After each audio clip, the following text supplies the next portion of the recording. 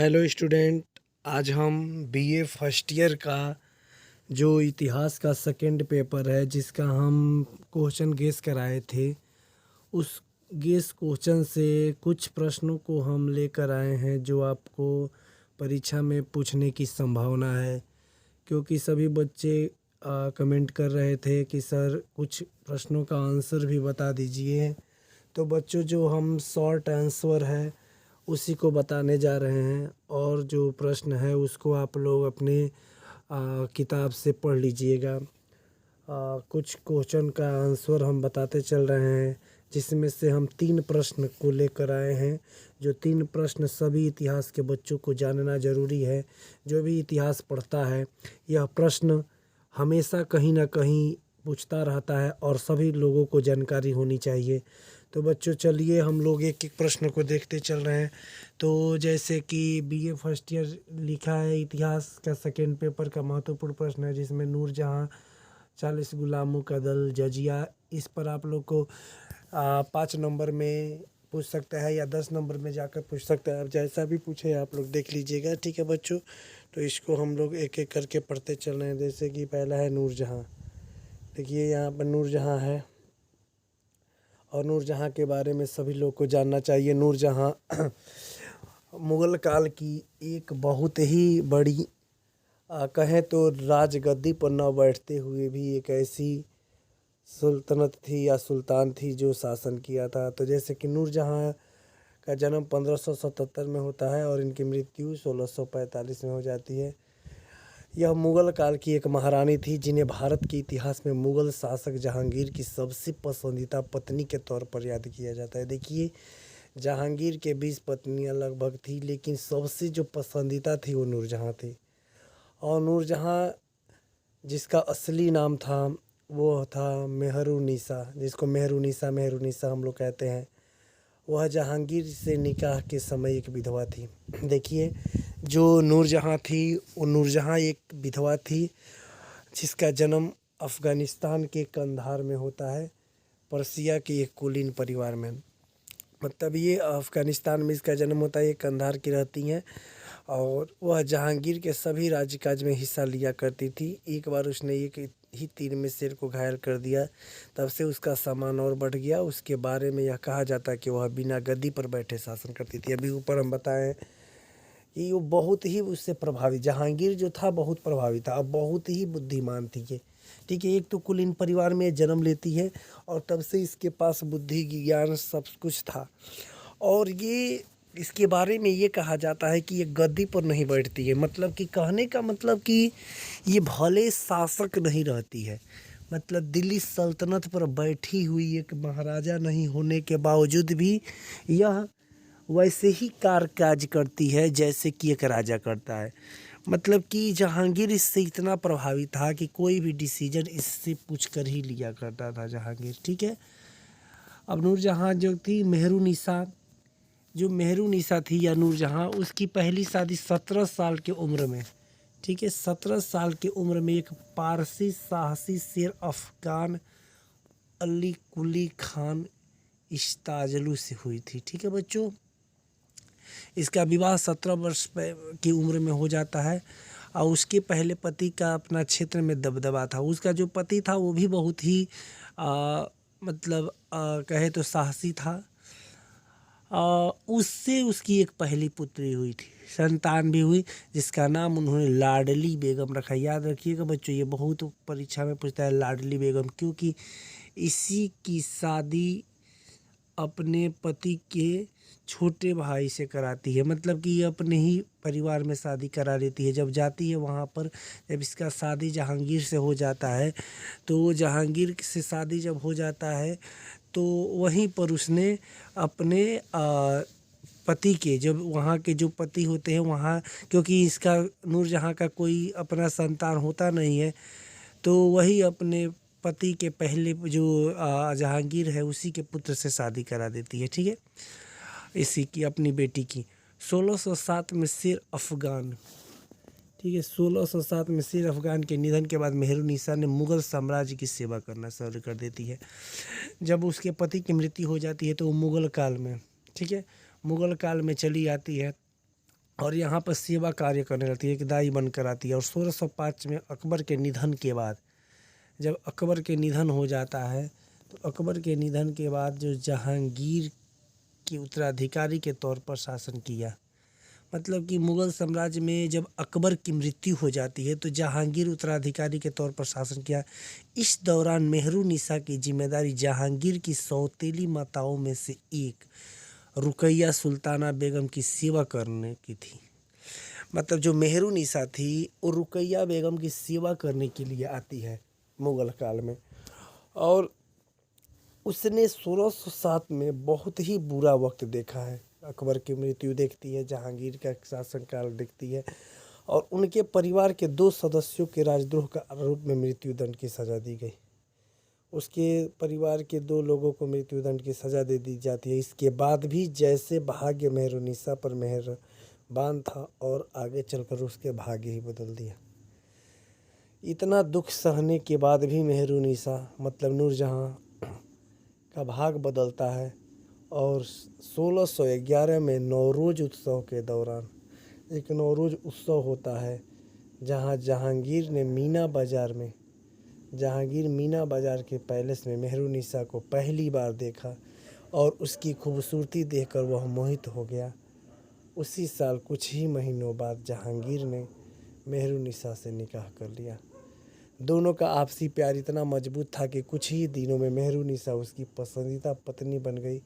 शादी के बाद जहांगीर ने उन्हें नाम दिया नूर महल, यानी महल की रोशनी, और बाद में 1616 में उन्हें नूरजहाँ यानी दुनिया की रोशनी कहा जाने लगा। जहांगीर ने नूरजहाँ को सरकारी कामकाज के अधिकार भी दे दिए। इससे उनके परिजनों भी भले फूले। जहांगीर को शराब और अफीम की लत लग चुकी थी। इससे नूरजहाँ का शासन पर बहुत प्रभाव पड़ा गया था। धीरे धीरे वह ही पर्दे के पीछे से मुग़ल शासन चलाने लगी। यह वह दौर था जब मुग़ल शासन में तेज़ी से विकास किया। सरकारी कामकाज प्रबंधन के साथ नूरजहाँ ने अपने नाम के सिक्के भी बनवा कर जारी किए। नूरजहाँ ने प्रशासनिक कार्यकाल से अच्छे ढंग से संभाला। महिलाओं के मामले हो या घरेलू और विदेशी व्यापारियों से कर संग्रह व्यवस्थाओं पर सुधारा, जिससे आगरा कारोबार की एक गढ़ बन चुका था।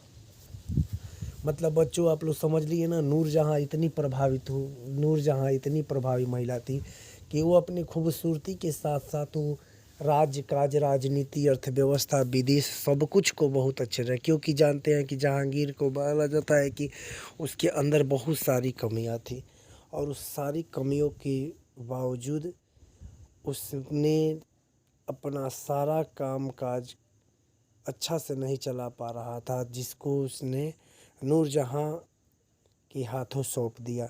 और नूरजहाँ उस समय मुग़ल काल को इतनी मजबूती से लेकर चलाई कि उसका कारोबार एक गढ़ बन गया।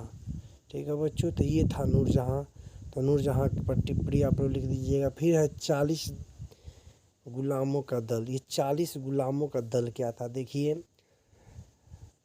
गुलाम वंश में कुतुबुद्दीन ऐबक का जब शासन काल ख़त्म होता है, तो कुतुबुद्दीन के शासन काल के बाद राम शाह कुछ दिनों के लिए आता है शासन में, लेकिन उस चल नहीं पाता है शासन। उसके बाद उसका दामाद इल्तुतमिश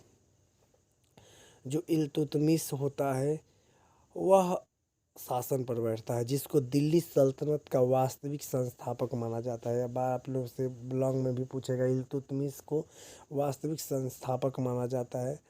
और वह दिल्ली की व्यवस्था को, अपनी सल्तनत को सुदृढ़ करने के लिए कुछ निष्ठावान गुलामों का एक नया दल बनाया था, जिसमें 40 सदस्य थे। ठीक है, मतलब इल्तुतमिश अपनी दिल्ली सल्तनत को मजबूत बनाने के लिए 40 दलों का समूह बनाया। वो 40 के 40 क्या थे?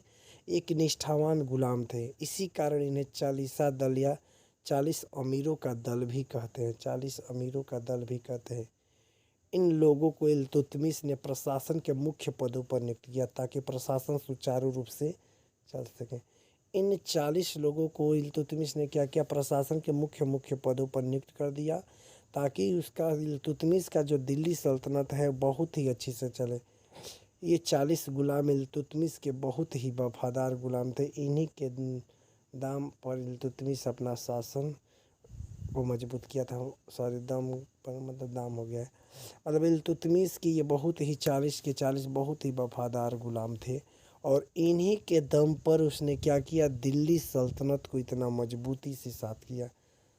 रजिया के बाद बलबल शासन में आया। मतलब इल्तुतमिश की मृत्यु के बाद रजिया आती है। रजिया भी इस गुलामों को बनाए रखती है मजबूती के साथ। लेकिन उसके बाद जब बलबल शासन में आता है तो उसने इस 40 गुलाम दल को समाप्त कर दिया, जबकि इसका पहले से सदस्य था। खुद बलबल इसका सदस्य रह चुका होता है, फिर भी जब बलबल रजिया सुल्तान के बाद शासन में आता है तो इसको समाप्त कर देता है। बच्चों, अगला यूनिट है जजिया। जजिया क्या है? तो जजिया जो है एक प्रकार का संपत्ति कर था। मतलब यह एक संपत्ति कर है जो मुस्लिम राज्य में रहने वाले गैर मुस्लिम जनता से वसूल किया जाता था। गैर मुस्लिम यानी कहें तो हिंदू हम लोग के जो हुआ करते थे, या ईसाई हम लोग के हुआ करते थे, या सी मतलब जो और भी लोग थे, लेकिन ये उस समय मुस्लिम राज्य हुआ करता था। और दिल्ली सल्तनत में मुस्लिम जो राज्य हुआ करते थे उसमें जो गैर मुस्लिम थे, मतलब वो मुस्लिम नहीं थे, उनसे एक कर वसूला जाता था। और इस्लामी राज्य में इसे केवल मुसलमानों को ही रहने की अनुमति थी, और यदि कोई गैर मुसलमान उस राज्य में रहना चाहे तो उसे जजिया देना होता था। देखिए, इस्लामिक राज्य ये कहता है कि इस्लामिक राज्य वह है जहाँ केवल इस्लाम मुसलमान लोग ही रहें। अगर कोई मुसलमान गैर मुसलमान रहता है, मतलब मुसलमान को छोड़कर अन्य जातियाँ अगर रहना चाहती है, धर्म के लोग रहना चाहते, तो उसे जजिया के रूप में कर देना होता है। इसके देने के बाद गैर मुस्लिम लोग इस्लामिक राज्य में अपने धर्म का पालन कर सकते हैं। अगर वो रहते हैं तो अपने धर्म का पालन तभी कर सकते हैं जब वो जजिया के रूप में कर देंगे। और भारत में जजिया कर लगाने वाला प्रथम साक्ष्य मोहम्मद बिन कासिम के आक्रमण के बाद देखने को मिलता है, जिसमें सर्वप्रथम उसने ही भारत के सिंध प्रांत में देवल में जजिया कर लगाया था। देवल में जजिया कर लगाया था। इसके बाद जजिया कर लगाने वाला दिल्ली सल्तनत का सुल्तान फिरोज शाह तुगलक था। इसने जजिया को खराज भू राजस्व से निकाल कर पृथक कर के रूप में वसूला। ठीक है, पहले भू राजस्व कर थे, उसे निकाल कर जजिया एक अलग कर बनाया जो केवल ब्राह्मणों को, मतलब कि उसमें गैर मुसलमानों से लिया जाता था। इसके पूर्व ब्राह्मणों को इसी कर से मुक्त रखा गया था। यह पहला सुल्तान था जिसने ब्राह्मणों पर भी जजिया कर लगा दिया।